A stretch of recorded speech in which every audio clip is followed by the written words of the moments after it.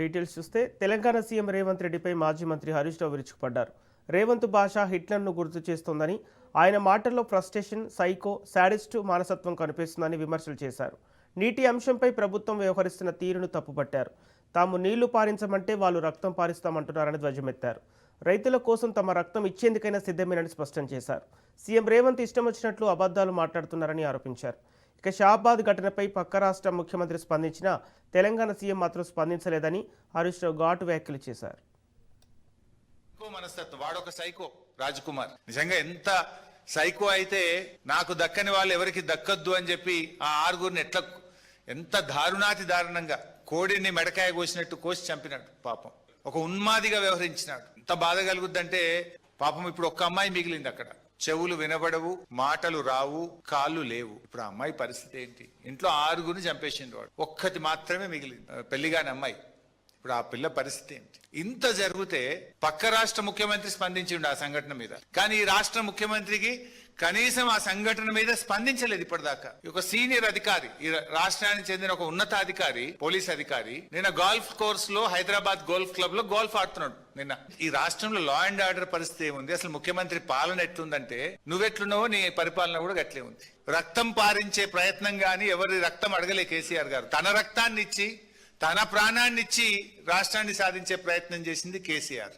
కానీ నువ్వు ప్రశ్నించినటువంటి వాళ్ళను, రైతుల పక్షాన నీళ్లు అడిగినటువంటి వాళ్ళను ఇవాళ రక్తం బారిస్తా, వాళ్ళను కోస్తా, వాళ్ళ రక్తం బారిస్తా అని నువ్వు మాట్లాడుతున్నావు. ఇది కేసీఆర్ గారికి నీకున్నటువంటి తేడా. ఇంత నీచమైనటువంటి వ్యాఖ్యలు చేసిన రేవంత్ రెడ్డి కనీసం నీకు నువ్వన్న టీవీలో చూసుకొని తప్పు మాట్లాడినా అని బేషరతుగా క్షమాపణ చెప్పాలని చెప్పి నేను డిమాండ్ చేస్తా ఉన్నా. ఇంకో మాట కూడా చెప్తున్నా రేవంత్ రెడ్డి, నీకేంది నీ సైకో మనస్తత్వం ఏంది? అంటే మమ్మల్ని తిడితేనో, మమ్మల్ని జైల్లో పెడితేనో, మా రక్తం బారితేనో రైతాంగానికి నేను నీళ్లు ఇస్తా అంటే అందుకు మేము సిద్ధం. జైల్లో పెట్టావా పెట్టు, మా రక్తం కావాలన్నా తీసుకో, కానీ రైతులకు మాత్రం నీళ్లు పారించు. ఇప్పుడు రేవంత్ రెడ్డి నీ నోరు నీ ఇష్టం, నువ్వేమన్నా మాట్లాడుకో, కానీ నీళ్లు తెలంగాణ, నీళ్ల విషయంలో నీ ఇష్టం వచ్చినట్లు చేస్తా అంటే కుదరదు. నువ్వేం మాట్లాడుతున్నావు? కన్నెపల్లి కట్టుకొత్తవా రేవంత్ రెడ్డి అంటే ప్రతిపక్షాల కంఠం నొక్కుతా అంటున్నావు. నువ్వు కన్నెపల్లి కట్టుకొత్తవా రేవంత్ రెడ్డి అంటే మా కంఠం నొక్కుతా అంటున్నావు. నీ ఉద్దేశం ఏంది? మాకు ఉద్యమాలు కొత్త కాదు, పోరాటాలు అంతకంటే కాదు. తెలంగాణ ఉద్యమంలో అనేక సార్లు అరెస్ట్ అయినాం, జైళ్లలో పడ్డాం. మాకేం అరెస్టులు జైళ్లు కొత్త కాదు. ధర్మం కోసం, న్యాయం కోసం, రాష్ట్రం కోసం ఆనాడు అరెస్టులు అయినాం, జైళ్లలో పడ్డాం. ఇవాళ లక్షలాది మంది రైతుల కోసం జైళ్లలో పడడానికి సిద్ధం, రక్తం ఇవ్వడానికి సిద్ధం తప్ప నిన్ను మాత్రం వదిలిపెట్టము. ఈ రాష్ట్రం ముఖ్యం, రాష్ట్ర రైతాంగం ముఖ్యం, రాష్ట్ర ప్రజలు ముఖ్యం, రాష్ట్ర ప్రయోజనం మాకు ముఖ్యం. మా గులాబీ సైనికులు, బీఆర్ఎస్ కుటుంబ సభ్యులు ఎవరు కూడా నీ తాటాకు చప్పులకు భయపడడానికి సిద్ధంగా లేరు. మేడిగడ్డ గేట్లు మూయకుండా కన్నెపల్లి దగ్గర నీటిని ఎట్లెత్తుతావు అని మాట్లాడతావు. నాకు జాలి కలుగుతుంది నేను చూస్తుంటే. ముఖ్యమంత్రిగా నువ్వు 31 నెలలు పూర్తి చేసుకున్నా కన్నెపల్లి పంప్ హౌస్ నుంచి మేడిగడ్డ బ్యారేజ్ గేట్లు మూయకుండా నీళ్లు ఎలా ఎత్తాలో కూడా అవగాహన నువ్వు పెంచుకోవడం మీద నిన్ను చూస్తే నాకు జాలేస్తా ఉంది. ఈయన మాట్లాడగానే ఉత్తమ్ కుమార్ రెడ్డి మైక్ తీసుకున్నాడు మధ్యలో. ఈయన తప్పు మాట్లాడిండని ఉత్తమ్ కుమార్ రెడ్డికి బుర్ర వెలిగింది. మధ్యలో ఆయన మైక్ తీసుకొని ఉత్తమ్ కుమార్ రెడ్డి గారు ఈయన తప్పును సరిచేసే ప్రయత్నం చేసి, అందుకే నేను జాలి కలుగుతుంది రేవంత్ రెడ్డి మీద అన్న. 31 నెలలు ముఖ్యమంత్రిగా పనిచేసినాక కూడా విషయ పరిజ్ఞానం పెంచుకోలే, బూతులు తప్ప నీకు విషయ పరిజ్ఞానం పెరగలే. ఆయన ఉత్తమ్ కుమార్ రెడ్డి గారు నిన్న మైక్ తీసుకొని మధ్యలో రేవంత్ రెడ్డి తప్పు మాట్లాడంగానే, అఫ్ కోర్స్ ఫ్రీ ఫ్లోలో కూడా కన్నెపల్లి మోటార్లు ఎత్తాం, కన్నెపల్లి మోటార్లు స్టార్ట్ చేస్తాం, నీళ్ళు ఎత్తుతాం, కానీ మరి మీద అన్నారం సుందిల గేట్లు ముయ్యాలి కదా అని ఆయన సరి చేసే ప్రయత్నం చేశారు. విషయం సింపుల్. 93.5 మీటర్ల ఎత్తులో కన్నెపల్లి పంప్ హౌస్ మోటార్లు నడుస్తాయి. గోదావరిలో 1,00,000 క్యూసెక్కుల వరద పోతా ఉంది. 1,00,000 క్యూసెక్కుల వరద పోయినప్పుడు దాని లెవెల్ 97 మీటర్లు ఉంటాయి.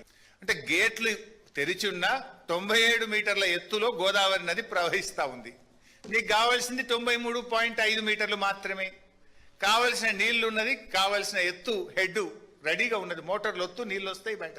ఈ విషయాన్ని నేను కాదు, రిటైర్డ్ ఇంజనీర్లు కూడా చాలా స్పష్టంగా తమ లేఖలో రిటైర్డ్ ఇంజనీర్లు కూడా చెప్పడం జరిగింది.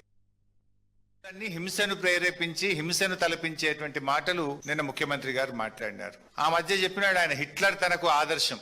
రేవంత్ రెడ్డి అందుకే హిట్లర్ తరహాలో ఒక హంతక భాష మాట్లాడుతూ ఉన్నాడు. కానీ ఒకటి మాత్రం నిజం, ఫైనల్ గా పాపం పండినాడు హిట్లర్ కు ఏ గతి పట్టిందో రేవంత్ రెడ్డి నీకు కూడా అదే గతి పడుతుంది. ఇదంతా ఆయన ప్రయత్నం ఏంది? భాష దేనికి మాట్లాడుతున్నాడు? ఎవడు మాట్లాడతాడు?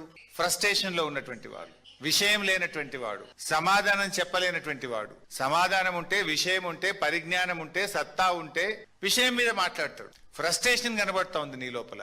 నువ్వు జారుడు బండ మీద జారిపోతా ఉన్నావు, నీకు ఓటమి తప్పదు అనేటువంటి ఒక ఫ్రస్ట్రేషన్ లో ఊగిపోతా ఉన్నావు, బూతు భాష మాట్లాడుతా ఉన్నావు. నిజంగా నీకు విషయం ఉంటే విషయంతో ఒప్పిస్తావు, మెప్పిస్తావు. విషయం లేదు కనుకనే బూతులను అందుకుంటున్నాం అనేది ఇవాళ రాష్ట్ర ప్రజలందరూ కూడా అర్థం చేసుకుంటా ఉన్నారు. పిల్లలు చూస్తే, టీవీలు చూస్తే పిల్లలు ఖరాబ్ అయిపోతారు. ఈ భాష చూసిన తర్వాత, ఆయన నిన్న మాట్లాడినటువంటి మాటలు విన్న తర్వాత, షాబాద్ లో 3 పసిపిల్లల్ని, 3 పెద్దవాళ్లను, 6 గొంతు కోసి కిరాతకంగా హత్య చేసినటువంటి ఆ రాజ్ కుమార్ కు ఈ రేవంత్ రెడ్డికి మధ్య నాకు పెద్ద తేడా కనబడతలేదు.